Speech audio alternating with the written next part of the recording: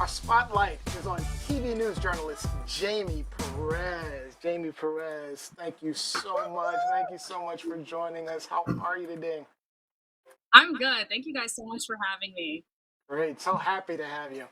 Welcome to the show. So let me quickly introduce you to our audience. Originally from California, Jamie Perez is a reporter for the CBS affiliate in Madison, Wisconsin.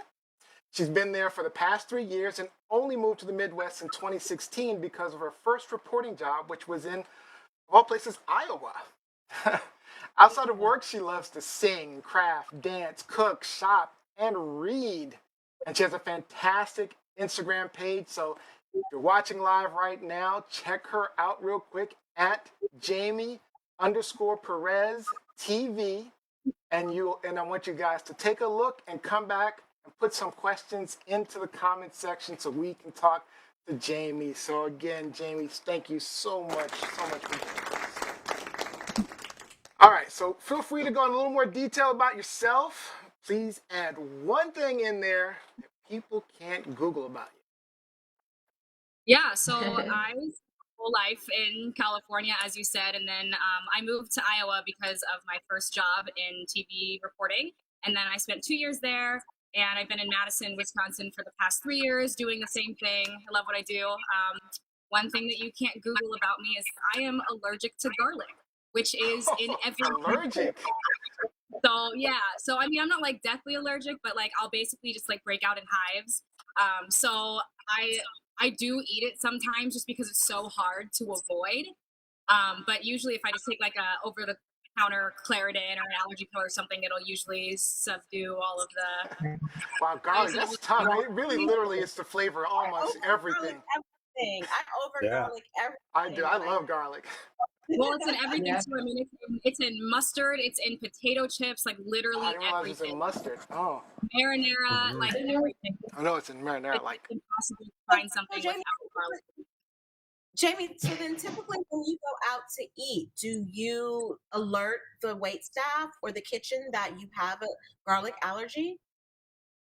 Sometimes, yeah, there are certain things that I know like will not have garlic in it, but I usually tell them like, oh, I'm allergic to garlic. If there's some in there, like it's not gonna kill me, but like if you can avoid it, that'd be great. And I just remember like 2 weeks ago when I was getting like really a bad allergic reaction, I told them like I ordered tacos and they're like, there's literally nothing on our menu that isn't marinated in garlic. And I was like, I was really mad. I don't know how you avoid garlic. I just can't even imagine. Yeah, you can't avoid it. That's why I eat it sometimes and just try to deal with it. All right, so my first question is, as my viewers know, I mean, I'm an avid TikToker, and there's several news reporters that have a regular everyday voice and then this developed news reporter voice. So do you have like that news reporter voice versus your everyday voice?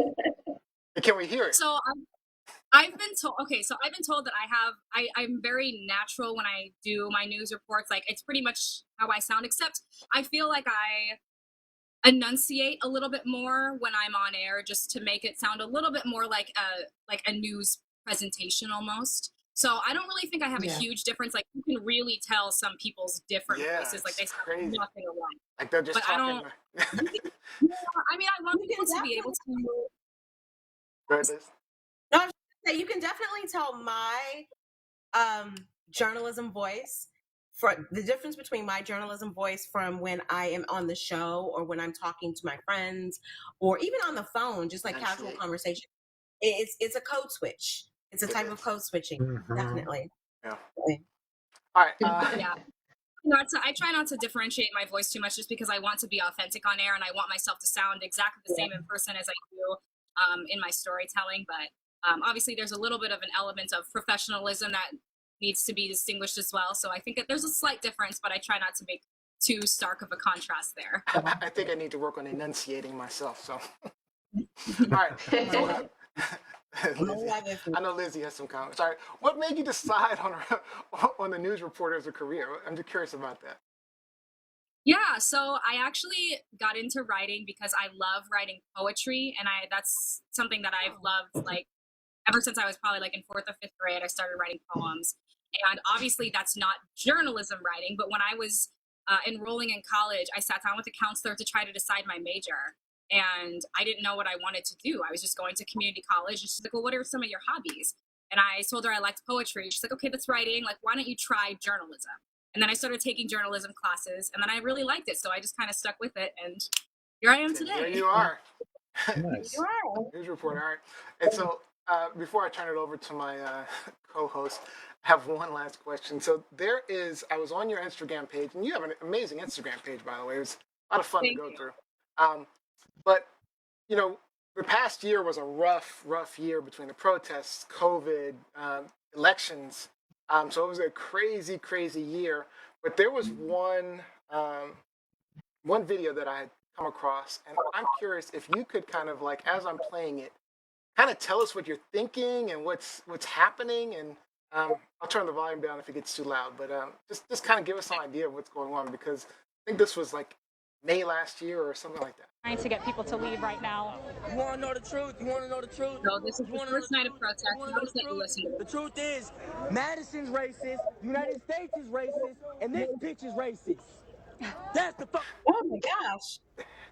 Oh my gosh. Okay. This was live TV, right? Emotional language. That was out live there. I'm TV. sorry about That was the first night of major Are you okay out protests there, here in Jamie? Innocent black. So they had to cut out the audio because the guy who you see shouting there, it continues to curse on air. And obviously that night, like, All right, I'm sorry there about was putting you in a a lot better, of safer place cursing now. happening Tell on us TV. what's changed since you last saw us. You're watching here too. I mean, people are saying, you know, F the police, it's so many profanities, and so I mean, it was a little nerve-wracking to be out there. You know, I never covered a Right now, protest it looks like they before. are towing away that car.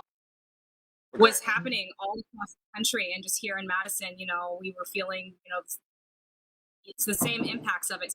There was tear gas being thrown. We were walking through like pepper spray bombs or whatever. People were just, looting stores, and there was just a lot of high tension. It was a very high tense situation, and so we probably were live on the air for till like 1 o'clock in the morning. I probably got there probably around 6 or 7 o'clock at night on my weekend. So I was called in. It was all hands on deck, and it was just a very tense and high strung situation. So that moment when that guy called me a B word on air, I don't know if I'm allowed to cuss on your podcast. Yes, but, you are. know, You are. Yes, you are definitely open to. Yeah, he basically essentially called me a racist bitch on air, and like it was a little startling just because it's live TV, and you know, like, what do you do in that situation when you're live? The camera's on, you're rolling, and there's tear gas around you. You know, you do. So I just kind of let him say what he wanted to say, because my producers who were controlling what people see on TV, like in terms of when they're going to cut my camera off, that's almost me just like, hey, Jesus, take the wheel. Like, I guess we're just rolling with this. But were you scared? I mean, you had to have been scared. Yeah, because I think a lot of people, a lot of the audience, they don't really take into consideration how vulnerable field reporters are, especially when they're live. So, like Neo said, were you scared? Like, what was your initial reaction or inclination? I was just shocked at first. I like almost didn't even have time to be scared because there was so much going on around me that had happened before the cameras were even on, that just didn't shock me that something was going to happen, but I was still shocked that it did. You know what I mean? Because like you don't know what's gonna happen, but you're like, oh no, because it's live. So I was a little scared. I had my photographer who was obviously operating the camera right in front of me, but we were surrounded by people. So I think that's what was kind of scary is, yes, this one guy was the one that you guys saw on camera, but I mean, just there were people surrounding us that you didn't see on camera. So there really was nowhere to escape. And so I just stood there and I just let him say what he wanted. And I didn't take it personally because I understood his anger. I understood his frustrations, and I just kind of let it happen because it was live TV, you know, like I don't want to subject myself to an even worse spot that I was already in. Yeah. All right. Great. Yeah, I was impressed actually. I mean, you stayed relatively poised. I don't know. I don't know. I can't imagine what it was like in that situation. But Lizzie, so what's your question, Lizzie? So my question is, I mean, again, going back to your background. So you started in California, and then you moved to Iowa, and then now you're in Wisconsin. Like, just in both in your professional and personal life, what's been the biggest challenge, or what was the biggest shock for you coming from California to Iowa to Wisconsin? Mm. So biggest challenge and biggest shock are two actually different questions for me, just because the biggest shock was I grew up in Sacramento and then I moved to Los Angeles to go to school. So I moved from LA to Sioux City, Iowa. So one of the biggest cities in the country to a city that lots of people like probably don't even know exists, right? So it was just the culture shock was very different. I came from a very big, diverse city, lots of things happening, to a quiet town where like not a whole lot is going on, right? So that was the biggest shock. I think the challenge was moving so far away from home, no family, no friends, didn't know the area, had nothing to do, was by myself. Yeah. And I think dealing with the culture shock and being truly alone was the biggest challenge for me. I did a lot of like self growth, self healing, because I had nobody to be with other than myself and my thoughts. So it was very, very an opportunity for me to grow a lot, like personally and professionally, which I definitely did. I definitely grew a very thick skin in both realms of that. And my second, because I totally understand. My second question is, what's the difference in news coverage that you feel, especially as a journalist, coming from Sacramento, where it's kind of like a little bit of everything, Sacramento, LA, California, and then you're in a smaller. So what do you think as a reporter, a journalist, the difference in news coverage and how you're in Madison now, how Madison covers the news versus what you grew up with in Sacramento? Good question. That is a good question. Well, there are a lot of similarities actually that would be a little bit you'd probably be surprised by, because I feel like the idea of news is the same regardless of where you are. But what's important to certain communities is going to be different. So, like when I moved to Iowa, it was very like farm and agriculture and politics were like leading our newscast at the time. Here in Madison's a very progressive area. I think they call it like I've heard a lot of blue and a red state, so it's very progressive here. So the things that matter here, like, I mean, I really try to focus on positive news stories, to like storytell and find a character that will make people care about a topic. And I feel like not every city or market for TV news necessarily caters to that. So Madison, it has been very like heartwarming in that sense, because I feel a sense that people really care about one another. They care about the arts and the culture and food. And so those are the types of things that lead the newscast, because obviously with news, it's, it's about ratings. So we have to cater to what the audience wants. So, yeah, but I mean, the similarities across news, obviously, like, we cover fires and shootings and all the things that bleeds, it leads type of thing. So that, in that sense, news is essentially the same no matter where you are. Are the politics different? Do you think the politics are different? I have to be different. They are. I mean, if you're going from California politics to Iowa or Wisconsin politics, I mean, there's a big difference there. Yeah. So, it just depends on, what's going on and who the politicians are that dictate what news coverage it's going to get. So, yeah. So we do have some comments online. Paulette Bertrand says, "You are a very composed lady. I would have fainted." Jeanette Brown says, "News reporters are trauma reporters. You have to learn to keep your cool. Well done. Glad you stayed safe." Yep. All right, Johnny, what's your question? My question was, what is one of the most interesting news story you have covered, or what is your favorite type of news to cover? I know you said you try to focus on positive things. Yeah. So, there was a story, I would say not necessarily the most interesting, but the most impactful, one of the most impactful stories that I ever did was during Christmas. We got an email from this guy who says, my dad has terminal cancer, and for Christmas, he wants as many Christmas cards as possible. So I was just like, oh my gosh, this is like a heartwarming story altogether, like dibs, I'm covering this. And so that's really the type of stories that I like to cover, like heartwarming, emotional stories that is going to make the audience cry, make people feel something. Because I think that's what makes my heart beat. And those are the days that I look forward to the most, is the days that I do story where people care about the story that they're watching. Because I'm sure everybody can relate to seeing something on the news where like, I don't care about this, or why are they covering this? I don't want to be that story. I want to be the person that you watch, that you care about, that you want to see when I'm covering everything. So anyways, the story, I ended up doing the original story, just that the guy wants as many Christmas cards as possible. If you have time, go ahead and send it. This man ended up getting 500,000 Christmas cards from around the world. And so we did a follow-up story. Wow. Yeah, we did a follow-up story with literally stacks and stacks in their garage, just filled with Christmas cards.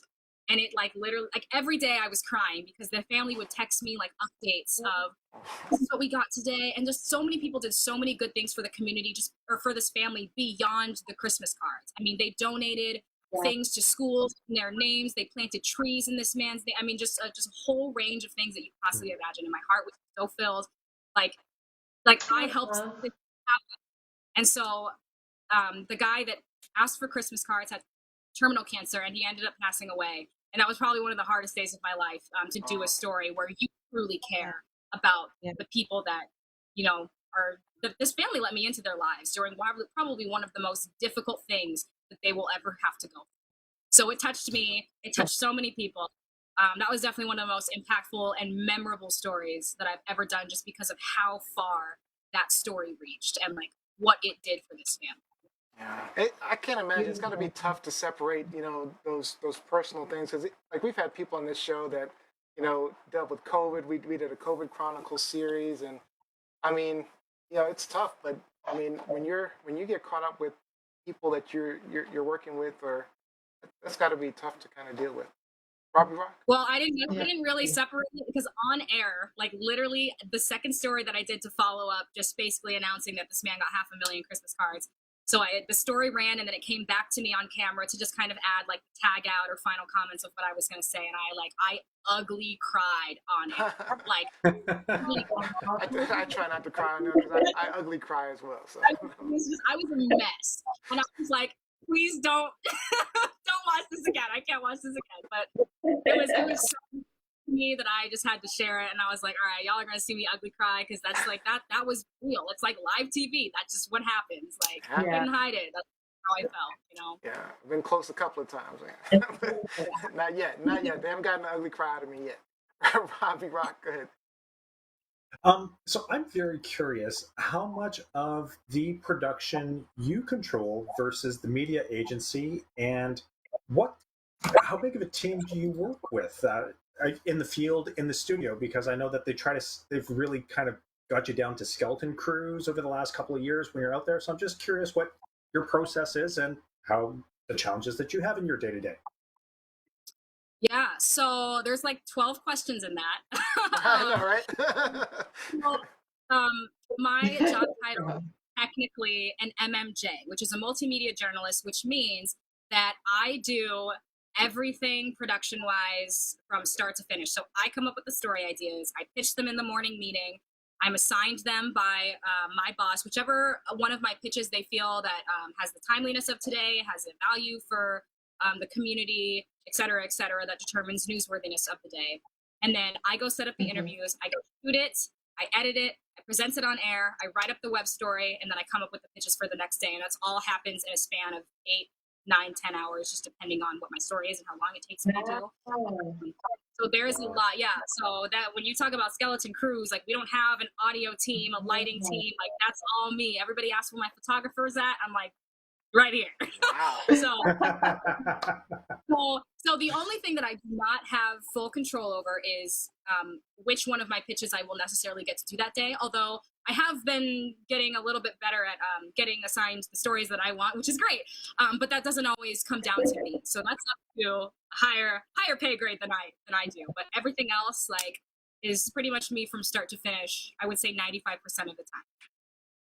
Very cool. Wow. I feel like you asked some other questions in there, but I can't remember what else the other questions were. Did she get get everything for you? No, and that's it. Really, I was just looking for a synopsis, just kind of a snapshot of it, and that's it. Like as an MMJ, like when you're having to pitch, produce, edit, like if you're doing the entire production process. Wow. That's so tip of the hat, milady. Tip of the hat. That's a lot of work. Thank you.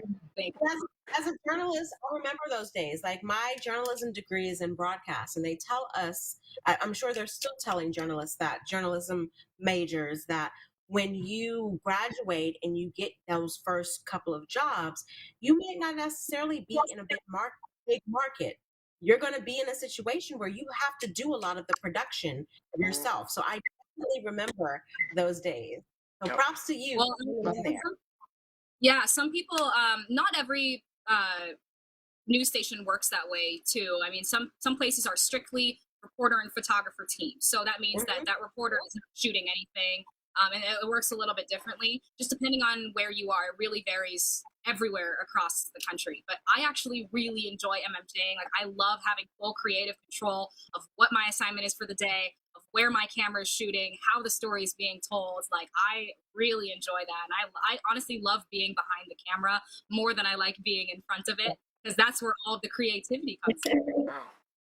I feel you on that, actually. I feel you on that. So there's some couple comments online. We got Mike Winters on YouTube. He says, Madison is a huge college town also, although it is also the state capital and gorgeous, so I'm sure you have all kinds of news you can cover. And Jeanette Brown points out, love, I guess she went to your Instagram page, so love her pole dancing. Dance, expansive poses, body manipulation, perfect antidote to a high stress job. I gotta pull a picture up of of your pole dancing. Let's take a look. This is you. Jeez. That's impressive. Very nice. Amazing. It's a long time to learn to be that flexible. I mean, like years of stretching, like years. That's impressive. I was gonna ask you, So did how you- long have you been doing the pole dancing? I started when I was 18, and everybody always asks how I get started on that. And it's funny because I was sitting in my room one day just on YouTube, and you know how like on the right column it's like, oh, you search this, or you may be interested in this, and then so you just end up going down like a hole of video searches like that. I stumbled upon a pole dancing competition video that way, and I saw it, and I like fell in love, and I was like, I have to see if there's classes around me. This is when I was still living in Sacramento. And there were, and I immediately signed up, and from day one, I was like just drenched in sweat. It was such a good workout. It was so much fun. And then I saw other women that were I've heard it's a fantastic workout. Yeah, and so I was like, I need to do this for the rest of my life. So I've been doing it ever since I was 18. Yeah, good for you. That's pretty Nice. impressive. I mean, the flexibility. I mean, the strength it takes to do some of the moves on those things is pretty impressive. Let's take a look at I got to look at your background here. I mean, you've got a cave here. It's like a she cave. It's like awesome. Yeah. I call this my little Zen den. So the roof is like a triangle angle, so I just kind of put like tapestries up on the wall, just because I had a bunch of tapestries in the apartment that I was living in for a year, and I didn't really want to give it away. I had to kind of consolidate to fit into the space. So I put them all up, and it's just it feels cozy and comfy and very zen. It's very peaceful in here. I enjoy it. I love it. It's amazing. Nice. Amazing. Any last questions for Jamie? So Are you gonna stay in Wisconsin? Sorry. No, go Karen. Do you have like? Sorry. Okay, I'll ask one more time. One more time, and then you guys. Okay. No, I was just piggybacking your initial question. Like, do you see yourself staying in Wisconsin as a journalist, as a reporter? I'm going to see where life takes me at this point.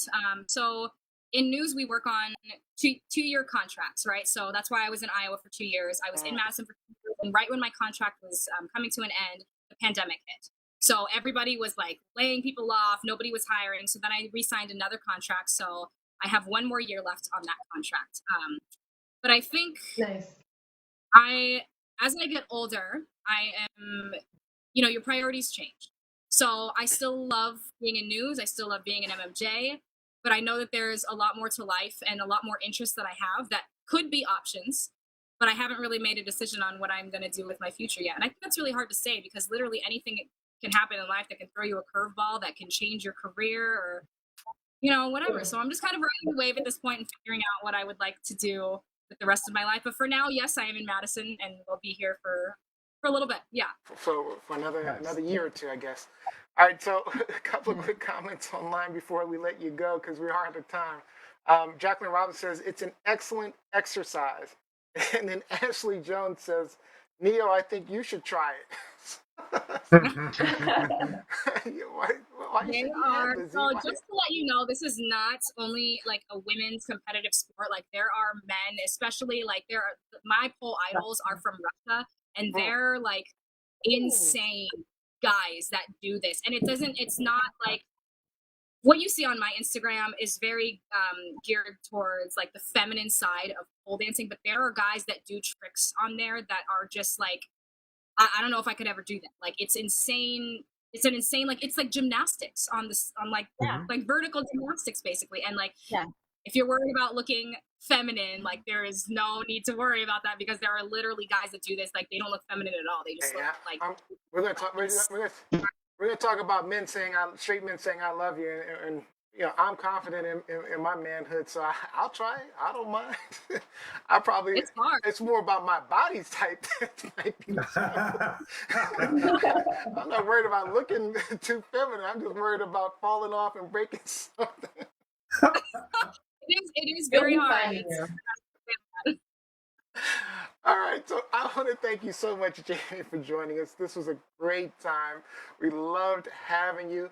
You gotta find her at Jamie_Perez TV on Instagram. Fantastic Instagram page. Any last words, Jamie, before we let you go? No, just thank you guys for having me and then obviously promoting my Instagram. That's cool too. But I just enjoy talking to people and I think it's important for people to get to know the personalities behind news because I feel like news these days, a lot of people think that we're just like heartless robots. And I really, that hurts because I know that I'm not. We're regular people with families who want to achieve the same things in life as everybody else. Love and happiness. Like that's all we really want. And we're just doing our job sometimes. It's not always easy. It's not always fun. It's not always what you want.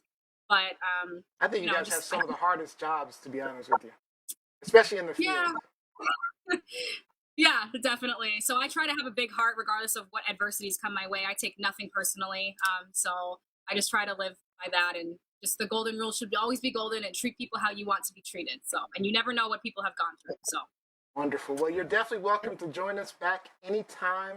We thank you again for joining us. It was a great fun show. All right. Thank you so much, Jamie. We will see you again soon.